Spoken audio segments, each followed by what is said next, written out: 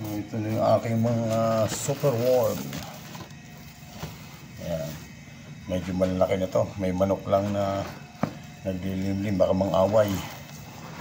Ayan na po. Bago yan. Bago.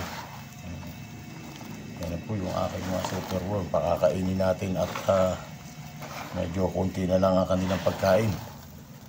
Ayan. Bago ito. Ayan, nakatingin lang kasi yung manok. Ayan, natatakot ako. Ayan. Huwag ka mga away ha. Huwag ka mga away ha. Ayan, naglilimlim. Itong mga manok na ito may lahing Texas. Halimbawa may 7 siyang itlog. Ang napipisa, 2, 3. Ganun lang. Maano sila mag-ano. Oo, kasi mga lahing Texas pagka naibigan nila, kakainin nila yung itlog nila. Ayan. Ito yung aking mga ano. Ito yung bago kong lipat. Ginaganito ko pag natagpuan ng manginain. Ayan, nabubuksan to.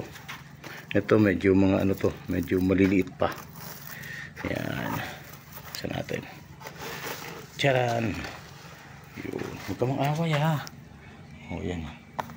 Mas maliliit to kaysa doon sa kabila. Pino na. Umaga sa ano, wala na silang makain dyan sa aking nilagay na mais na giniling. Yung tawag dyan ay chick booster. Yan, magkaiba lang sila.